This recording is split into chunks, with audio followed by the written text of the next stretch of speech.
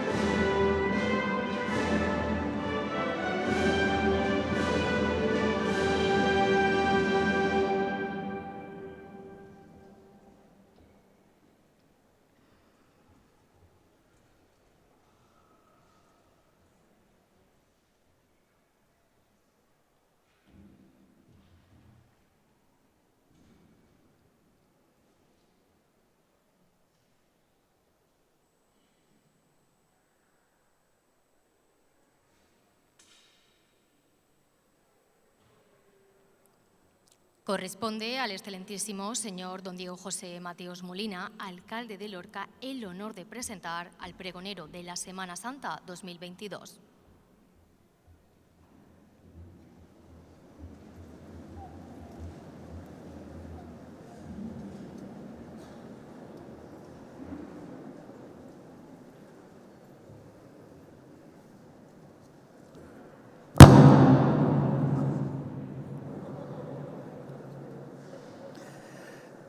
Funciona.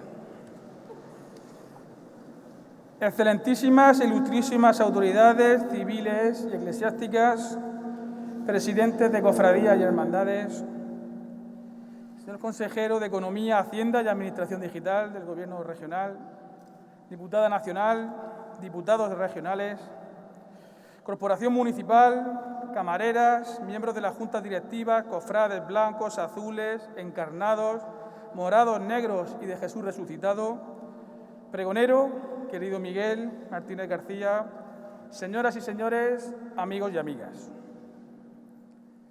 2 años han transcurrido desde que en estos centenarios muros de San Patricio vieran el último pregón. 2 interminables años en los que nos hemos visto privados de la celebración de los desfiles bíblico-pasionales y de las procesiones de la mejor Semana Santa del mundo. Pero finalmente, tras casi doblegar las consecuencias de la COVID-19 y recuperar gran parte de la normalidad que se nos arrebató, la Semana Santa de Lorca ya resuena por las calles. Hace ya varios días que escuchamos rumor de tambores, cornetas y trompetas. Hace ya varios días que todos los lorquinos se nos eriza el vello, se despiertan y desatan las emociones. Ya las sentimos aquí, ya está cerca. Ya se han producido ensayos de las distintas bandas y tronos por las calles de la ciudad. Ya se han llevado a cabo los anuncios de las cofradías. El colorido de nuestra Semana Santa ya se ha adueñado de la situación.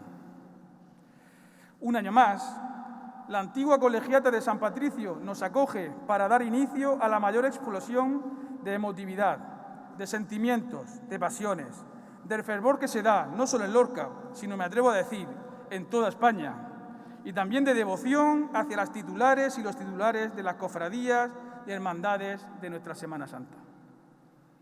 Este templo nuestro de San Patricio ha visto acontecer muchos episodios de la historia de Lorca.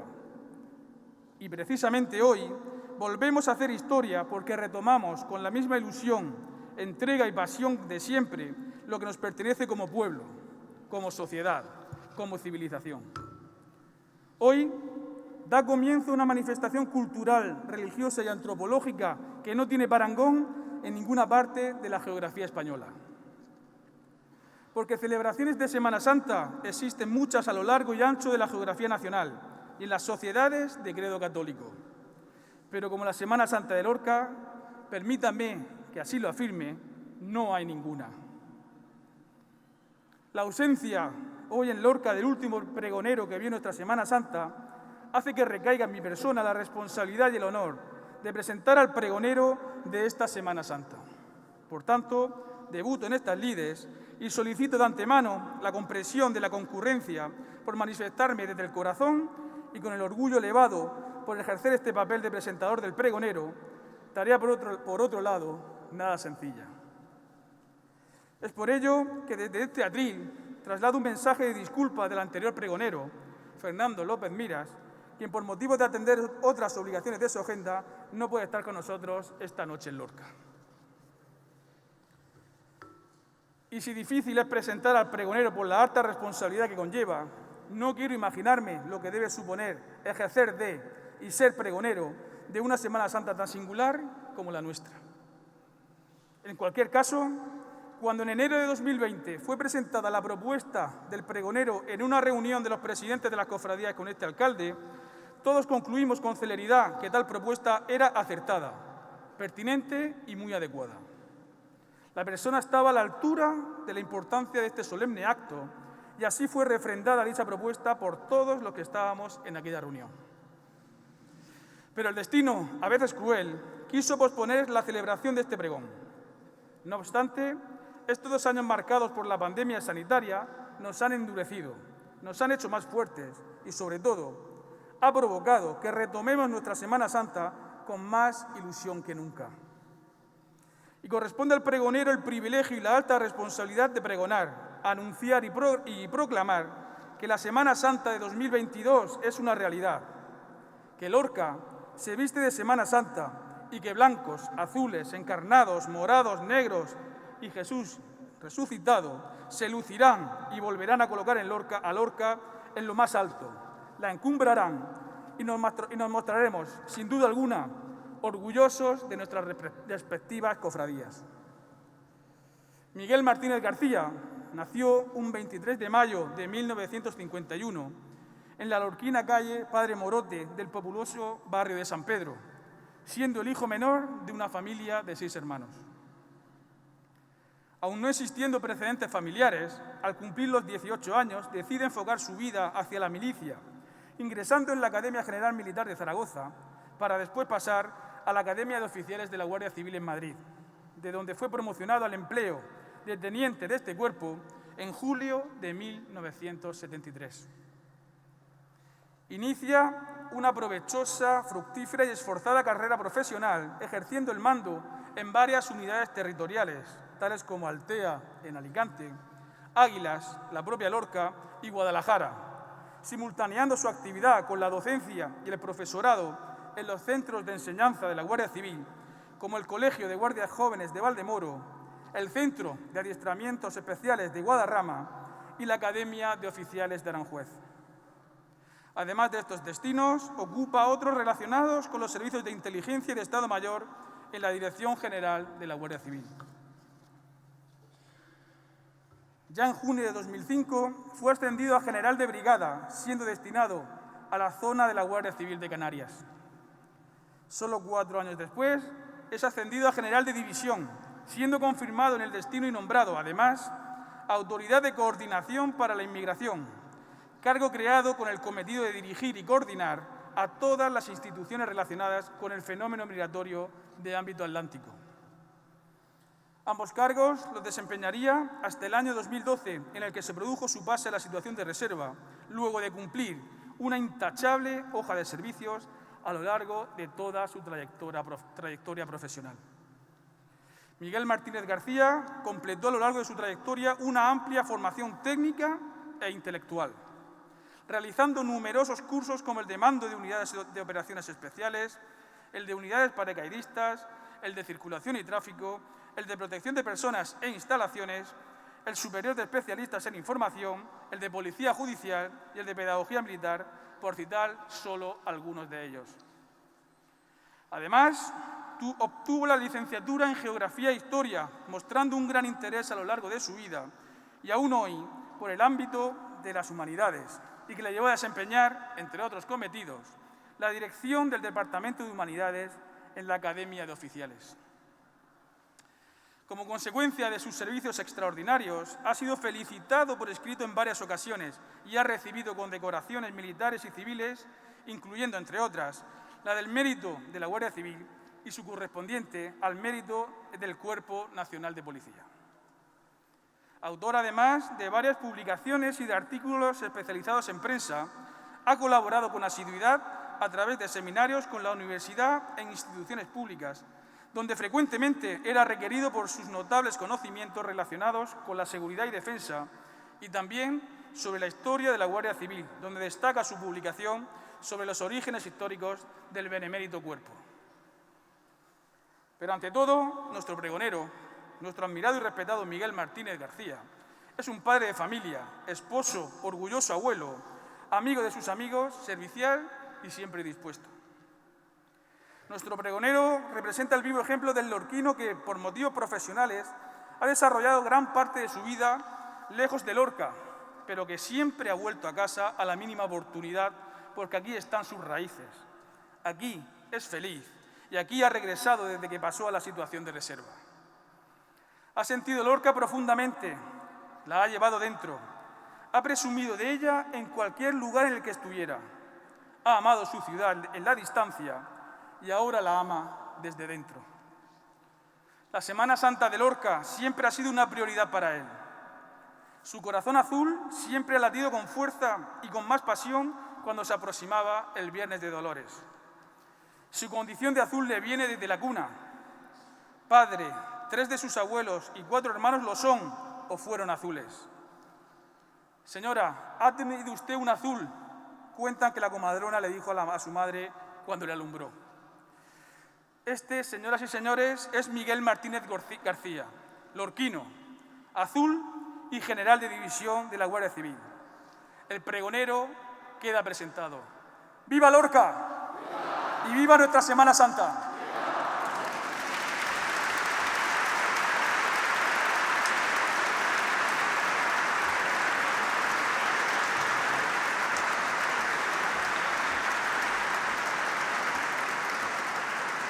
El excelentísimo señor don Miguel Martínez García, por aprobación unánime de las cofradías y hermandades de la Semana Santa de Lorca, ejerce de pregonero y como tal toma la palabra desde la tribuna delante del altar mayor de nuestro monumental templo de San Patricio.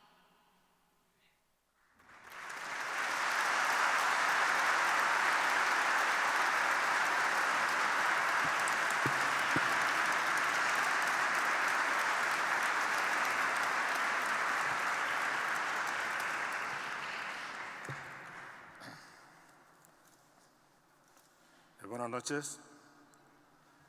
Excelentísimo señor alcalde de Lorca, excelentísimas e ilustrísimas autoridades civiles y eclesiásticas, vicario de Lorca, don Francisco, párroco de San Patricio, presidentes y camareras de las cofradías de Semana Santa, excelentísimo señor consejero de Economía, Hacienda y Administración Digital, comandante de la Guardia Civil, comisario del Cuerpo Nacional de Policía, lorquinos, procesionistas, amigos. Debo comenzar expresando mi profundo agradecimiento al presidente del Paso Azul por la confianza que me demostró al proponerme para impartir el pregón de este año, así como al alcalde de la ciudad por aceptar esa propuesta. El concepto del honor del que, por mi profesión, he sido devoto toda mi vida, no podrían haberlo colmado de otra manera. Muchas gracias también al alcalde por tu elogiosa y creo de verdad que inmerecida presentación.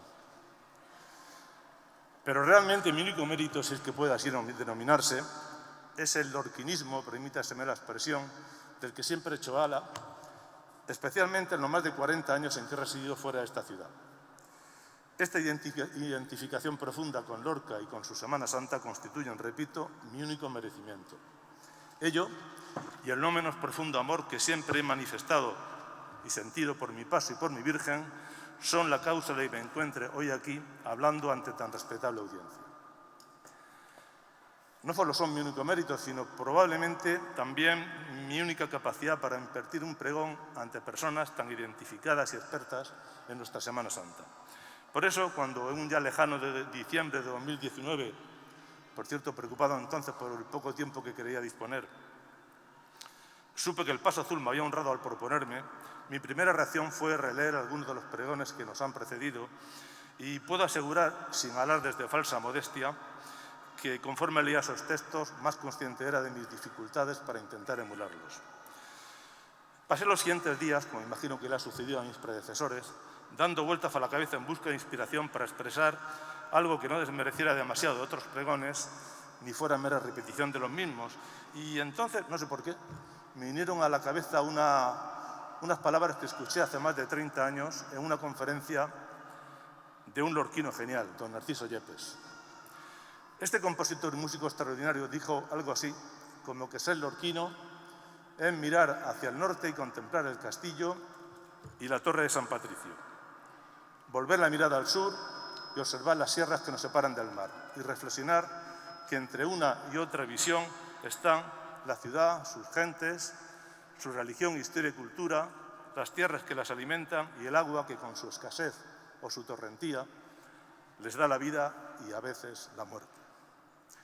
Aunque no parecía existir relación ninguna con la aún no minimizada labor, algo me hizo seguir ese recuerdo y buscar un buen observatorio en la falda del castillo para contemplar en una sola mirada la ciudad, la Colegiata y las sierras del sur. Y creo que acerté al elegir la explanada frente a la vieja iglesia de Santa María, hoy junto con sus vecinas San Juan y San Pedro, en feliz proceso de recuperación.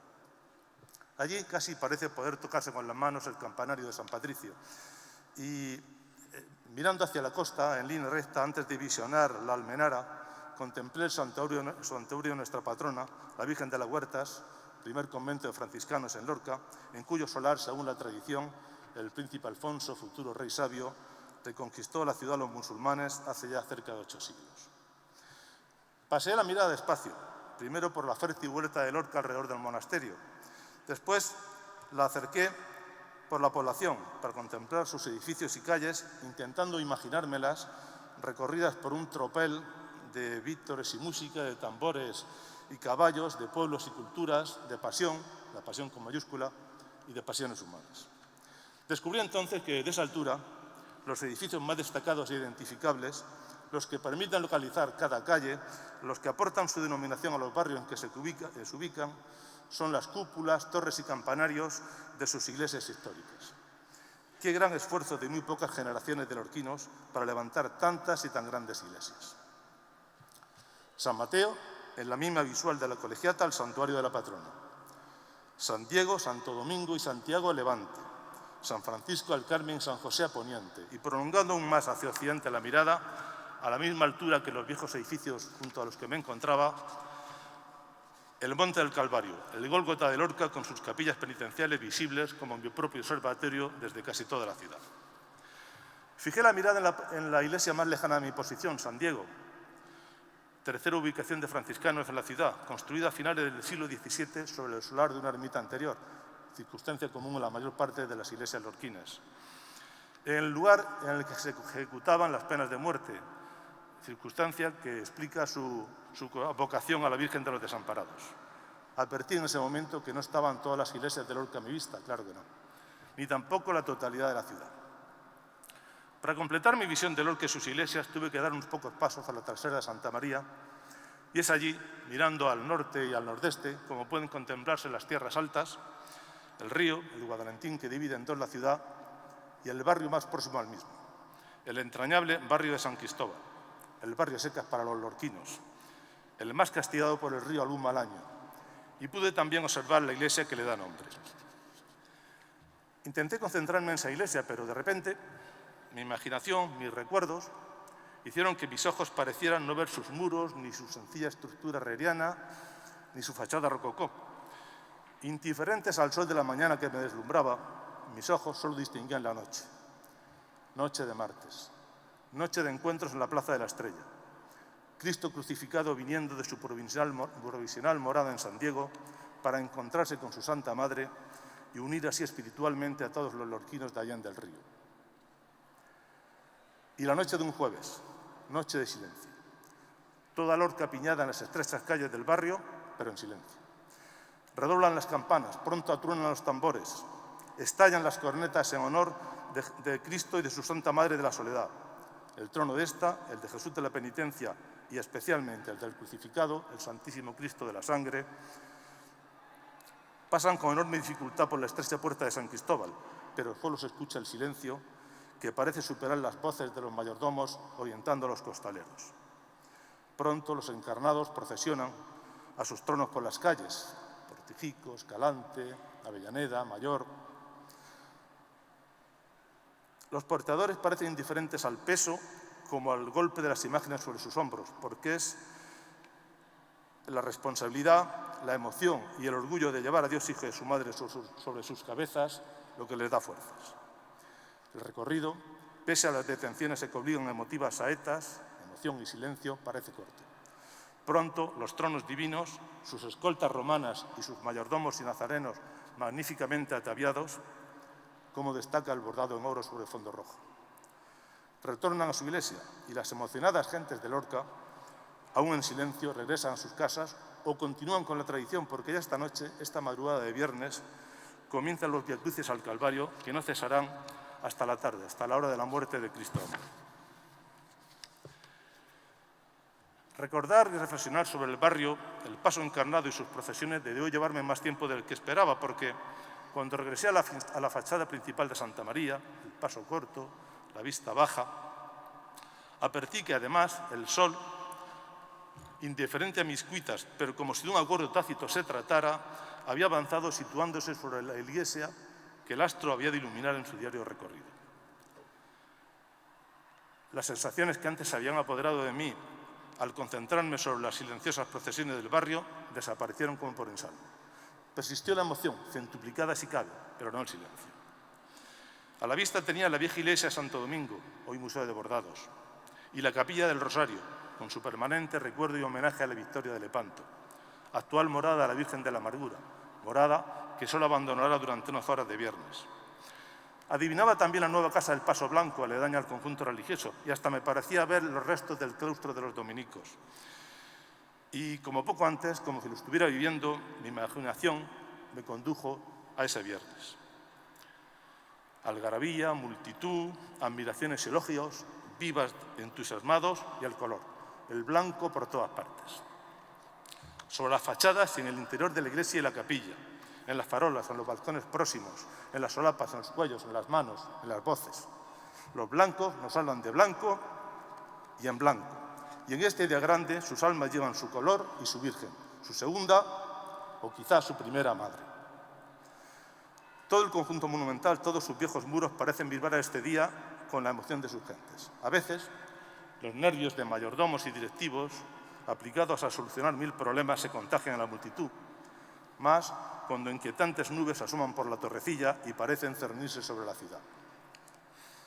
¿Crees que saldremos? Pues claro que saldremos. La Virgen saldrá, y todo su cortejo de la salvación, y antes el cortejo bíblico. El cortejo bíblico. En ninguna parte, en ningún país se da expresión tan didáctica, tan artística, tan lujosa, tan impresionante, como en Lorca en su Semana Santa, a lo que los cristianos denominamos como Antiguo Testamento, primera parte de nuestra Biblia.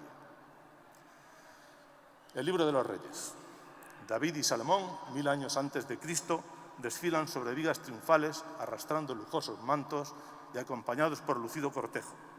El primero, conquistador e impulsor de la Gran Jerusalén, a la que trasladará el Arca de la Alianza, arca que el segundo ubicará en el primer gran templo por él construido, Salomón. artífice del predominio de Israel sobre los pueblos vecinos, pero que también dará inicio a su decadencia con sus desviaciones religiosas y sus amantes extranjeras, Balquis de Saba, entre otras. La división de Israel, por ello, como primera parte de un larguísimo castigo divino. 10 tribus con el usurpador Jeroboam, cuyos sucesores serán secuestrados por los asirios y desaparecerán de la historia. Las tribus de Judá y Benjamín, fieles al hijo de Salomón, que serán también cautivados, estos por el babilonio Nabucodonosor, destructor del templo, pero que se mantendrán fieles a su alianza divina. Se sobrepondrán al castigo, reedificarán el templo y persistirán como pueblo tras su liberación por los persas 70 años después. El amplio periodo de dominación aqueménida, magníficamente representado por el esplendoroso grupo de Estiria Asuero o Artajerjes, hasta las conquistas del gran Alejandro y Roma. Roma dominaba el mundo en el año del nacimiento del Salvador, pero el paso blanco, como el azul, no limita sus representaciones del Viejo Testamento al nacimiento de Cristo, comienzo de una nueva era, comienzo del Testamento Nuevo, sino que las prolonga superando a este hasta que el triunfo del cristianismo no solo sea espiritual, sino también terrenal. Hasta que los cristianos dejen de ser perseguidos y consigan que la fe verdadera se transforme en religión tolerada en toda la cuenca del Mediterráneo, lo que solo se logrará tras la victoria de Constantino sobre Magencio en el puente Milvio. Con este signo vencerás. Ya ha comenzado el siglo IV.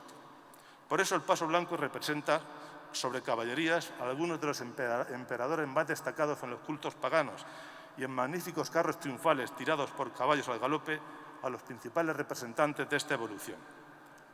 Octavio Augusto, emperador durante la Natividad, Constancio Cloro y Santa Elena, esta antitera, padres de Constantino, que también conduce el carro triunfal, el derrotado Magencio y el algo más tardío, el hispano Teodosio, que consagrará el predominio cristiano como religión oficial del Estado.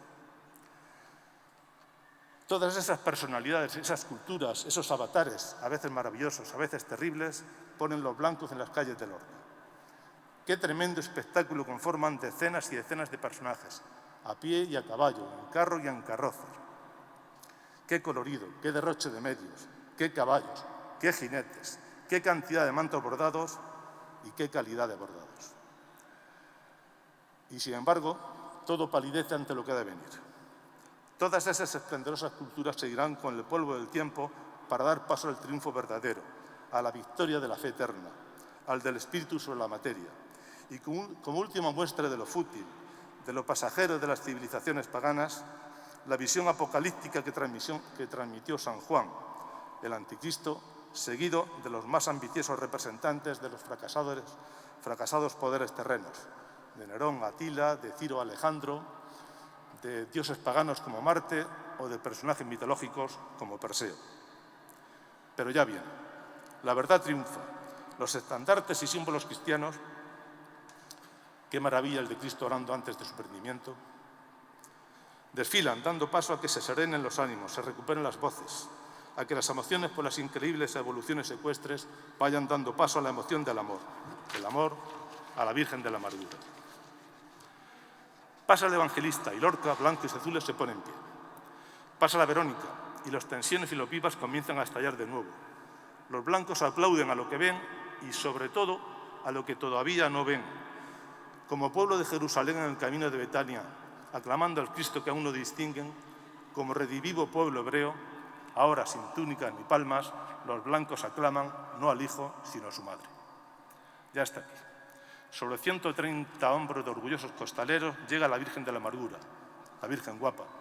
Qué original y lorquinísima forma de llamar a su Virgen tienen los blancos.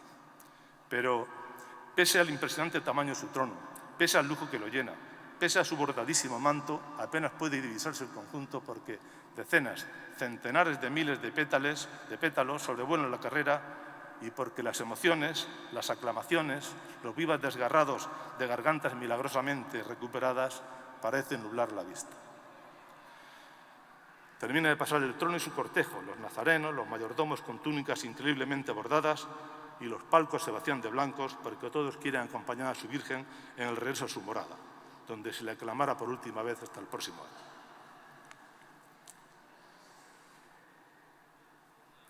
Muy poco más hacia el oeste, a apenas 100 metros del conjunto anterior, el observador, siempre desde su privilegiado mirador en Santa María, descubre la iglesia de Santiago, seguramente la más castigada por las adversidades.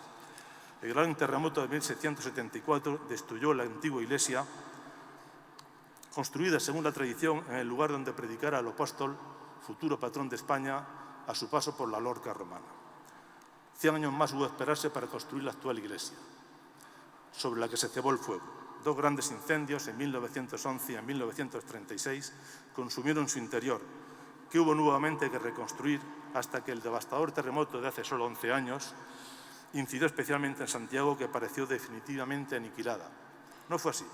Y si hubiera de elegirse una sola muestra que exprese como ninguna la tenacidad y el esfuerzo de los lorquinos para superarse ante la calamidad, seguramente habría que decantarse por esta vieja iglesia, dado el nivel de ruina en que quedó y el aspecto que presenta en la actualidad. Otra vez la noche. Noche de sábado de dolor, de sábado de pasión.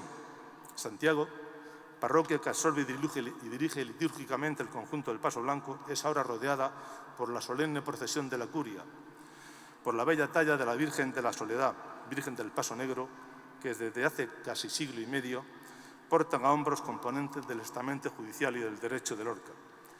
Vienen de y regresan a San Patricio, a la próxima y antigua colegiata. San Patricio. La colegiata, como la seguimos llamando muchos lorquinos, pese a saber que desde consideraciones canónicas ya no lo es, supera en todos los aspectos a muchas catedrales españolas. Y si es legítimo enorgullecerse del patrimonio común, y yo creo que lo es, esta vieja iglesia, con su preciosa fachada barroca y sus salas capitulares unidas por el arco de la cava, constituye la mejor parte del conjunto monumental de esta plaza de España, de la que los lorquinos podemos y debemos estar orgullosos. Esta impresionante representación de Lorca en la modernidad, primera y grande iglesia que se construyó extramuros, comenzó a levantarse precisamente aquí, donde ahora me encuentro, según planos de Jerónimo Quijano. Fue hace casi 500 años cuando se comenzó la capilla mayor, la sacristía y el primer cuerpo de la torre, que se quiso levantar grande, fuerte, alta, para que, como advertía don Narciso Yepes, desde toda la ciudad pudiera observarse, y para que cualquier viajero que se aproximara contemplara desde lejos el triunfo de la fe cristiana, pero también el triunfo de la fe de los lorquinos en su propio futuro. Pensaba en todo esto cuando el sol de mediodía se situaba precisamente sobre la colegiata, como indicándome que el astro había ya cumplido con la mitad de su diario quehacer, cuando reflexioné que San Patricio es sede de la Virgen de la Soledad y el Paso Negro, como sabemos, pero que, como también es conocido, es sede de otra cofradía, la única que no une su denominación a ningún color, aunque si hubiéramos de elegir uno, probablemente todos pensaríamos en el color del sol, que estaba ahora en su cenit advirtiéndomelo. El color de la luz, porque el sol y la luz renacen y triunfan sobre las tinieblas de la noche, porque Cristo resucitó una madrugada de domingo, porque ninguna Semana Santa, tampoco la lorquina, se sostendría sin una consagración al resucitado. Sede de la Archicofradía del Resucitado, las 2 imágenes que la sustentan salen en las últimas procesiones que cierran nuestra Semana Santa por las más viejas calles de la ciudad, por dentro y por fuera de la antigua muralla. La Virgen de la Encarnación y su Hijo resucitado, emotivamente encontrados en esta preciosa plaza de España, parecen así unir a los lorquinos de todos los tiempos. Cada vez más ensimismado por la visión y los recuerdos, mis ojos descubrieron las próximas e inacabadas torres de San Mateo, la más moderna de las iglesias históricas de la ciudad, pues su construcción se inició y terminó en el siglo XIX. La más bonita de todas ellas en su interior, a decir de muchos, con esa mezcla de estilos barroco tardío y neoclásico, que en mayor o menor grado alcanza también las demás iglesias de la ciudad y que, con la expansión de España entre los siglos XVI y XIX, representa el tipo de edificio religioso más extendido por el mundo. Sede de la Vicaría y directora litúrgica de la Iglesia de los Azules, San Mateo, situada sobre la visual que une la colegiata con la Virgen de las Huertas, también se encuentra en la línea imaginaria que une la sede de los Pasos azul y blanco, casi equidistante con ambos y con sus iglesias. Observándola recordé cómo su afortunada ubicación la hace presente en los desfiles procesionales más importantes, cómo por su fachada principal se organizan de Viernes de Dolores a Viernes Santo, unas hacia Levante, otras en sentido contrario, las 4 procesiones más destacadas de Lorca y cómo la trasera de nuestra iglesia aboca prácticamente sobre la carrera principal, sobre los desfiles bíblico-pasionales en todo su esplendor. Temeroso de que el sol agotara su recorrido antes de completar mi visión, avancé mi mirada hacia el oeste para alcanzar el viejo campanario de San Francisco y el antiguo convento franciscano, el segundo de esta orden que se instituyó en Lorca. Todo el conjunto se inició en el siglo XVI, pero es muy poco lo que queda de esa época, pues los edificios que contemplamos hoy, iglesia y monasterio, este último transformado en el monumental Museo Azul de la Semana Santa, se construyeron casi en su totalidad en el siglo XVII y se terminaron de decorar en el siglo siguiente con altares y retablos, únicos originales que perciben en Lorca desde su primera fábrica, una joya de época barroca y rococó. Continuaba solo en mi observatorio, pero recuerdo que la emoción que me acompañaba durante todo el recorrido por la Semana Santa lorquina subió un escalón, porque mi imaginación y mis vivencias me trasladaron frente a mi iglesia en la madrugada o en la tarde de un viernes. Este pregonero ha de disculparse ante tan pasional pero variada audiencia por trasladarle unas sensaciones que vive en su íntima condición de azul. Pero lo hace con la disculpa y la seguridad de que los mismos o muy similares sentimientos vivimos todos los lorquinos, azules, blancos o entusiastas de las demás cofradías en similares situaciones. En ese día hay 3 momentos, invariablemente, año tras año, en que, no estando ya solo, sino en medio de la multitud, he de luchar, quizá absurdamente, para que las lágrimas no evidencien ante los demás mis particulares emociones. La primera vez que escucho las caretas, la primera vez que mi estandarte guión, sobresaliendo por encima del gentío, enfila la corredera y, sobre todo, la primera vez que la Virgen de los Dolores aparece por la puerta de San Francisco. Ciertamente, mis tribulaciones son compartidas por todos los que se encuentran ahí en esos momentos, por cuantos agitan sus pañuelos, tan azules como sus almas, los que rodean a los mayordomos azules, los nazarenos, los mantos azules, los que llenan la calle Nogalte y la cuesta de la iglesia. Y es increíble contemplar cómo centenares, miles de personas, muchas de las cuales solo acuden a un templo cristiano en esos días, como gentes que quizás recuerdan la liturgia, gritan, vitorean, rezan a voz en grito, profiriendo a todo pulmón frases tan apasionadas como a veces irracionales. Viva la que nos hace sufrir, escuché una vez a una mujer que pugnaba por acercarse al trono de la Virgen. Viva la única Virgen, escuché a otra, no sé si como una particular interpretación de la sociedad actual. ¿La vais a dejar sola?, preguntaron muchos. No, contestamos todos, mientras miramos de reojo las nubes con los claros que vienen de poniente. Claro que no. Decía un veterano profesor que me instruyó hace muchos años que todo conferenciante, cualquiera que sea el tema de su exposición, debe hablar siempre de los egipcios. En mi caso, por poco que me autoestime, la referencia a los egipcios es obligada porque, según la Biblia, fue en el Valle del Nilo y subordinado a los antiguos faraones donde surgió el pueblo de Israel, el pueblo elegido por Dios. Sí, serán los 12 hijos del tercer patriarca, Jacob, también llamado Israel, los que se trasladarán a Egipto desde su Canaán natal, según relata el Génesis en la historia de José, vendido como esclavo por sus envidiosos hermanos, que pasaría de esa miserable condición a vivir de todo Egipto como premio a su sabiduría al explicar los sueños del faraón y permitirle así atesorar en los 7 años de bonanza para soportar los 7 años de escasez que le siguieron.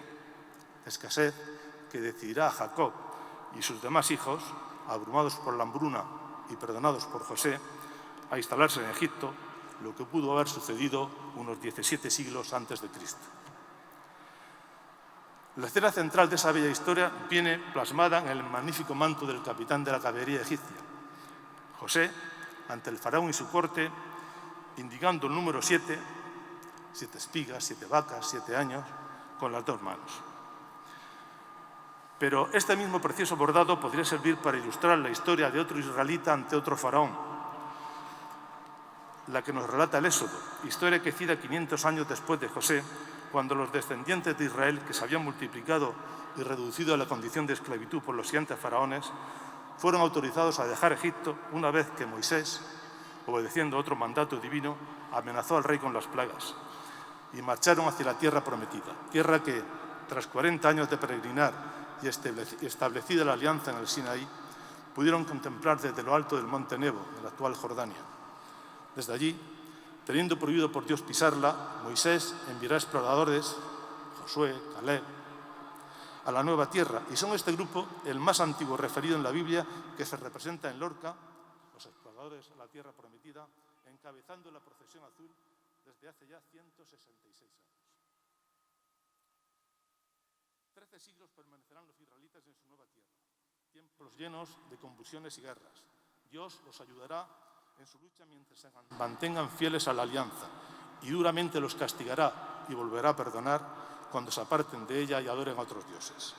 Así, el apoyo divino estará presente en las guerras contra cananeos y filisteos, guerras victoriosas, representado ese apoyo por Débora, única mujer jueza, además de profetisa, según el libro de los jueces, y se mantendrá el apoyo hasta la breve época de los reyes. Tras esta, las desviaciones religiosas ocasionarán castigos divinos mediante guerras y devastaciones.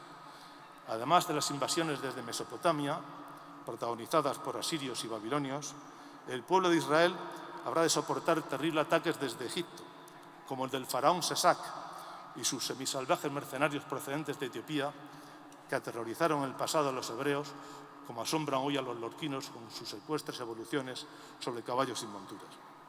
O el de Ptolomeo Filepator, que desfila en vida triunfal, luciendo en lujoso manto la victoria de Alejandro sobre los persas, según fiel reproducción de un mosaico hallado en Pompeya.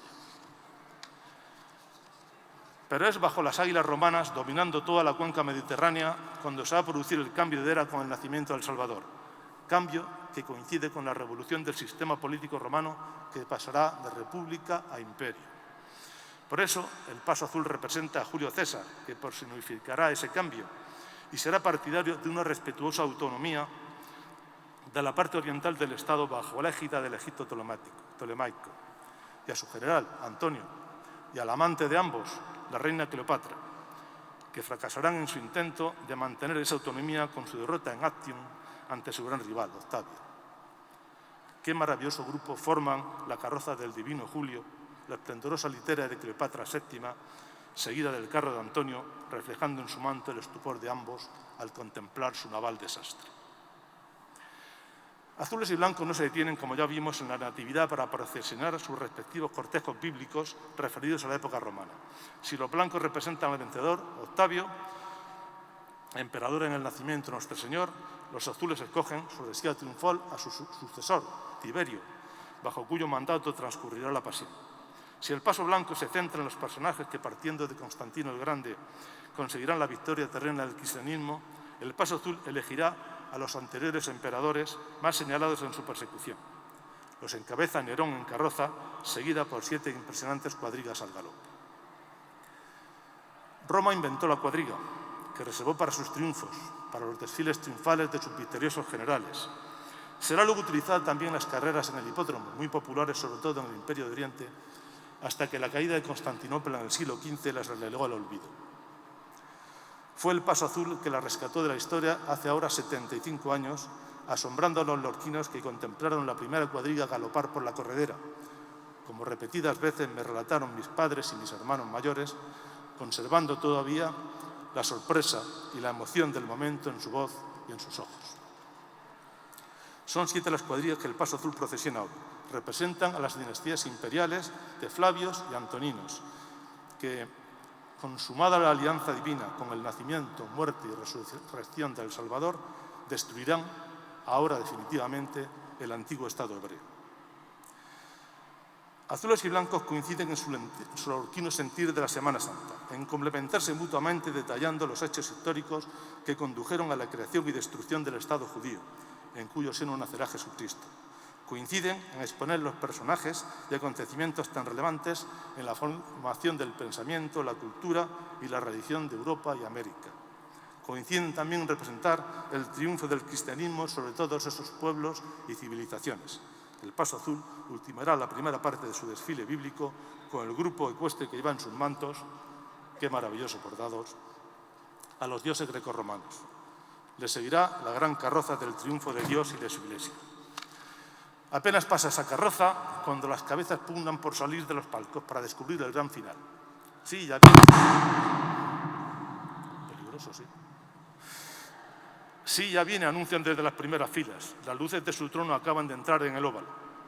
Los vivas no se detienen, aumentan incluso en frecuencia y en volumen. Se acerca, pasa el trono con la impresionante talla de José Planes, Cristo de la Buena Muerte camino de su efímero entierro. Pasan bordadísimos estandartes, nazarenos y mayordomos, pero el trono de la Virgen, ya a la vista, parece no llegar nunca. Solo 100 portapasos han de ajustar su avance al ritmo de la salve y al del tremendo peso que soporta. Pero ni el esfuerzo ni la emoción que les embarga le harán perder el ritmo ni la elegancia de su paso. Llega al fin, y con ella los versos de Rafael Alberti sobrevuelan la avenida y penetran en las mentes y en las almas de sus devotos. Llegó el azul y se pintó su tiempo. Trajo su virginal azul la Virgen. Azul María, azul Nuestra Señora. La dolorosa, la dolorica, la reina de la carrera, la reina de los claveles, porque todos los claveles del mundo están hoy en Lorca, porque miles y miles de flores se arrojan a su paso, y la carrera entera es azul, como las túnicas, como los pañuelos agitándose, como los portapasos, como el manto de la Madre de Dios, con su increíble bordado de la Santa Faz, que a todos mira y a todos perdona. Tanto se le ha esperado que ahora parece que el trono y su lujosa escolta se alejan sin apenas haber dado tiempo a aclamarlo. Pero no hay pena, no, porque los azules sabemos que el desfile continúa y porque sabemos también que cuando termine definitivamente, nuestra pasión continuará acompañando el regreso de la Virgen a San Francisco, porque quedan aún largas horas para vitorearla hasta bien entrada la madrugada. No la vamos a dejar sola.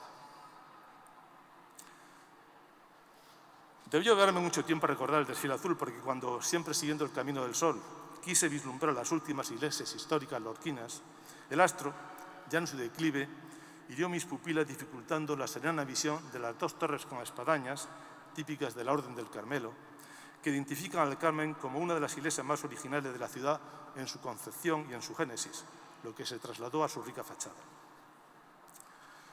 San Francisco y el Carmen están unidas físicamente por la misma calle, pero también gozan de una peculiar unión espiritual por los tradicionales viacrucis, tan inherentes y queridos en el Paso Morado, que todos los viernes de Cuaresma parten de la fachada de la primera, continúan por la segunda, sede de este paso, y casi tocando San José, la más occidental de las viejas iglesias lorquinas, con su peculiar bóveda estructurada en madera y caña, terminan en la ermita del Calvario, deteniéndose en cada una de las 14 placas y capillas penitenciales para que los rezadores dirijan sus originales oraciones. Todas estas iglesias del occidente lorquino se identifican así, en su conjunto, con otra de las más peculiares manifestaciones de la devoción de la ciudad en su Semana Santa. Pensaba en viacrucis y rezadores mientras, haciendo visar con las manos, intentaba identificar los relieves de la frontal del Carmen, esfuerzo inútil por la distancia. Pero puedo asegurar que por un momento me pareció que San Indalecio, que preside la fachada, me devolvía fugazmente la mirada como animándome a concluir mi imaginativa tarea. Ya te queda poco, creo que me decía. El sol no va a detener su marcha. Quedaba poca luz, en efecto, pero mi portentosa imaginación era ya noche cerrada. Termina el miércoles y se acerca la madrugada del día grande del Paso Morado. Los tambores, desde el Calvario, avisan a toda la ciudad. Cristo, el Cristo de la Misericordia, desciende del monte de la muerte y de la resurrección hasta su casa, hasta su iglesia. Venid todos lorquinos, la veréis entrar en la casa morada y oiréis emocionadas saetas, porque empiezan los días de la pasión, del prendimiento y el martirio, de la última cena, de la oración aprendida de los mismos labios del Salvador y de su último mandamiento. Y el sobrio desfile, Cristo sobre su cruz y la cruz sobre los hombros de sus fieles, recorre viejas calles hasta subir las empinadas escaleras del Carmen ya en la madrugada del Jueves Santo. Y es en la noche de este día cuando el paso expondrá a Lorca su devoción y sus tesoros. Es en la noche de la última cena, con las bellas esculturas de Nicolás Salcillo, del Cristo en el Calvario, y la noche de penitentes arrastrando cruces y penosos secretos tras el Cristo del Perdón. La noche de la piedad, tras lujosísimo estandarte. Es el comienzo de la redención, de la muerte y resurrección del Salvador de los hombres. Termina la procesión morada y termina el jueves, pero las gentes de Lorca, que abandonan presurosos los palcos, no marchan a sus casas, sino que recorren raudas la avenida hacia su final junto al río y por el Puente Viejo entran en el barrio, porque enseguida, en unos minutos, va a comenzar la procesión encarnada, la procesión del silencio. Sorprendido, comprobé creo que por primera vez en mi vida, que el final del recorrido solar me llevaba de nuevo al principio, como un continuo inicio y final tan herente a antiquísimas civilizaciones y culturas, antesalas de la nuestra. Pero cuando meditabundo me disponía a abandonar mi atalaya y miré por última vez el ya casi invisible crepúsculo, pude aún divisar la cruz sobre la roca del Calvario y, como un latigazo, golpearon mi mente divinas palabras que quizá recojan como ninguna las claves de nuestra religión y de la existencia misma. Las del Apocalipsis, yo soy el alfa y la omega, y como corolario, las del Evangelio de Lucas, yo soy la resurrección y la vida. Un escalofrío me hizo salir de mi ensimismamiento y comprobar que la última visión, como la fría noche, era ahora auténtica, que la oscuridad se había cernido sobre la población, pero no quise, no podía todavía abandonar la explanada de Santa María. Paseé mis ojos por toda la ciudad y sus iglesias, que la oscuridad reinante hacía algunas difíciles de identificar, y me pregunté si todo era real o solo un sueño.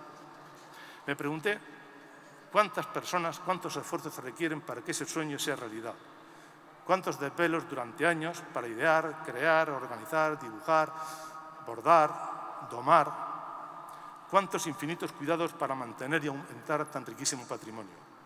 Cuántas preocupaciones, cuántas decepciones algunas tardes de lluvia. Qué tremenda satisfacción, cómo se ensanchan las almas azules y blancas cuando el desfile concluye felizmente y la Virgen regresa a su casa. Qué pasional y particular devoción manifestamos los lorquinos. Termino. Descendía caminando por viejas, estrechas y empinadas calles hasta que, superada la casa de don Eliodoro Puche, aboqué a esta plaza de España e iba abocando a las veces que por San Clemente, de la mano de mi padre, recorría esas mismas calles. Meditaba sobre el tremendo tesoro cultural que poseemos e intentaba recordar mis primeras apreciaciones sobre él cuando empezaba a dejar la niñez. Hace muchos años repetía frecuentemente a sus alumnos, entre los que me encontraba un veterano profesor, los que peinamos canas para, ante su veinteñera audiencia, recalcar su experiencia. Pues bien, los que ya ni canas nos van quedando que peinar y podemos comparar los desfiles de hace más de medio siglo con los actuales, constatamos que, en coloquial expresión, no hay color. O mejor dicho, ahora hay mucho más color. Fastuosas carrozas que se desplazan como si levitaran, nuevos y lujosos grupos bíblicos, más de 200 caballos y jinetes y aurigas de calidad tal que se deslumbran por su velocidad y sus evoluciones. Las iglesias, museos y casas de nuestros pasos, superando el tiempo y las adversidades, rozan la magnificencia. Y el arte del bordado, es cierto que para evaluar el arte con un mínimo de autoridad hay que ser experto, y yo he visto mucho de serlo. Pero recuerdo lo que me dijo en una ocasión otro de mis profesores, prometo que es el último que voy a citar. Este de historia del arte.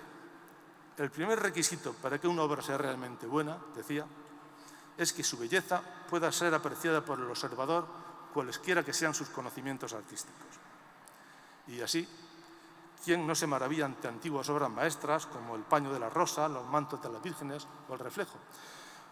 Pero también, y sobre todo, ¿quién no se asombra ante la belleza de los mantos mucho más recientes, del triunfo del cristianismo, o lo del grupo de Salomón, o los de la visión de San Juan, o el de Ptolomeo, o lo de las caballerías romanas de blancos y azules, y tantos otros que producen los talleres en continuo trabajo y arte?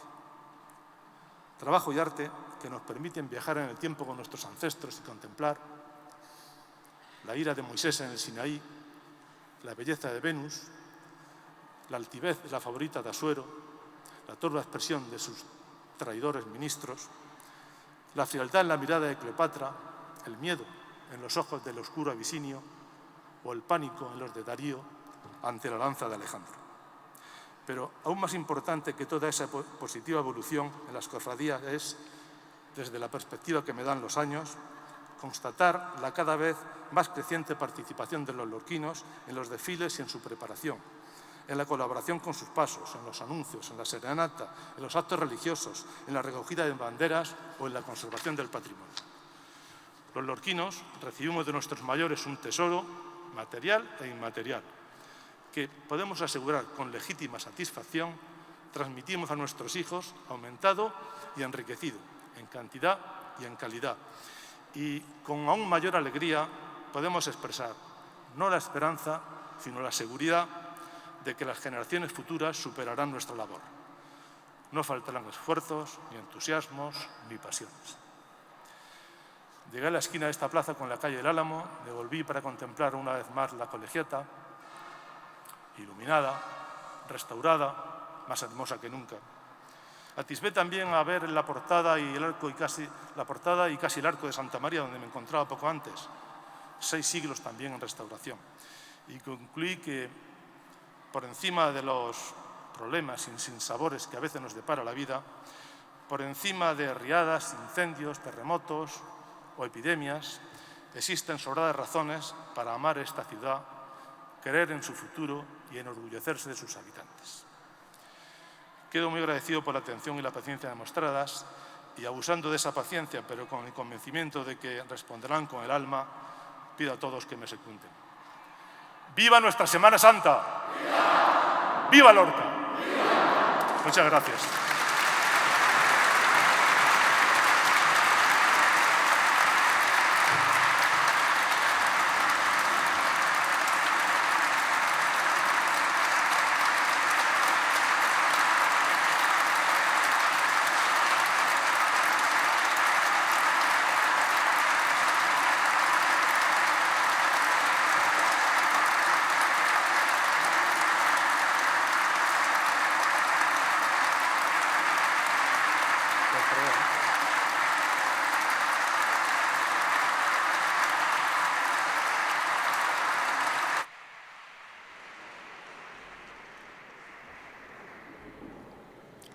Pregonada la Semana Santa, el excelentísimo señor don Diego José Mateos Molina, alcalde de Lorca, hace entrega al pregonero de la Semana Santa 2022, el excelentísimo señor don Miguel Martínez García, de la distinción que lo acredita como tal, y lo hace en nombre de la Corporación Municipal y de los presidentes de las cofradías y hermandades de la Semana Santa.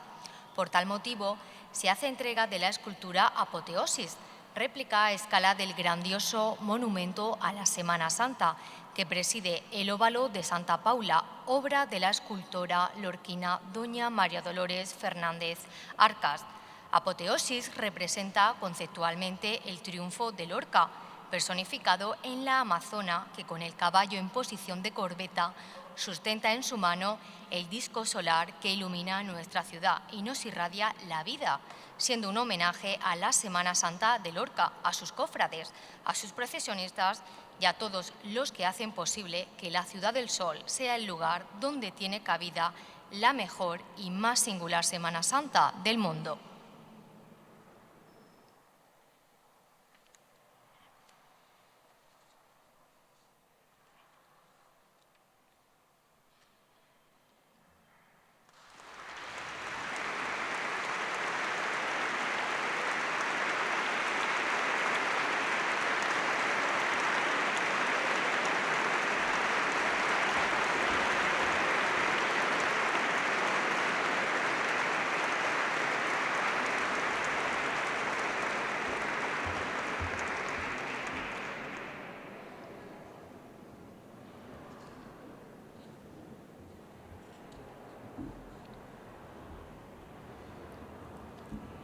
A continuación, despedimos con todos los honores a la bandera de la ciudad de Lorca.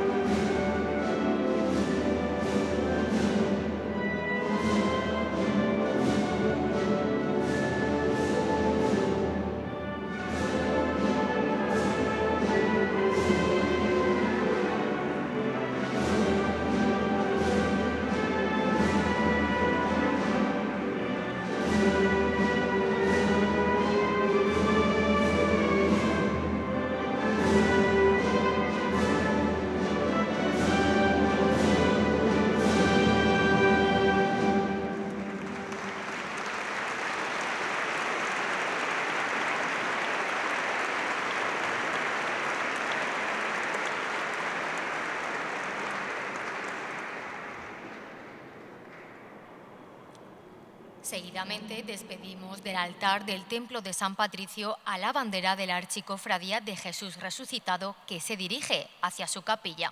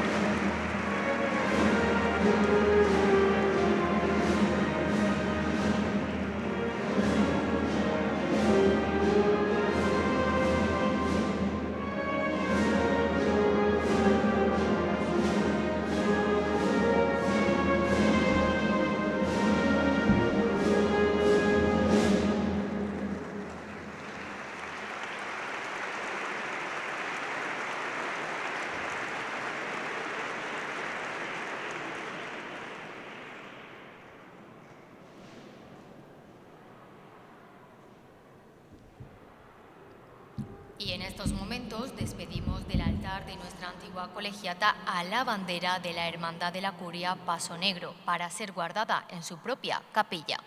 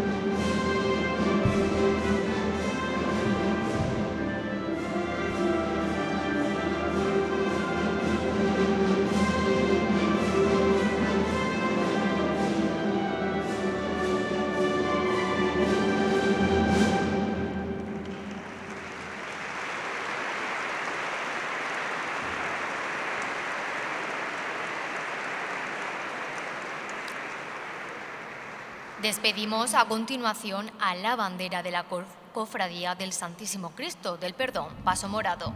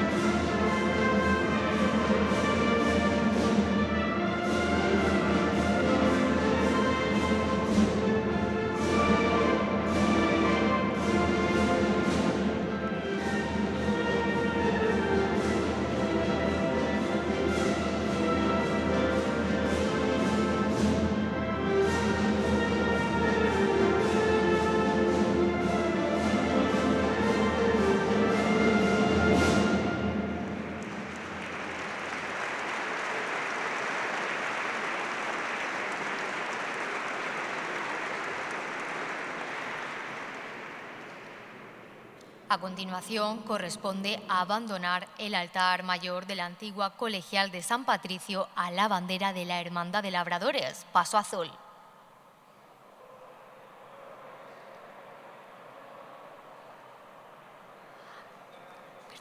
Disculpar, es momento de despedir a la bandera de la Archicofradía del Santísimo Cristo de la Sangre, Paso Encarnado.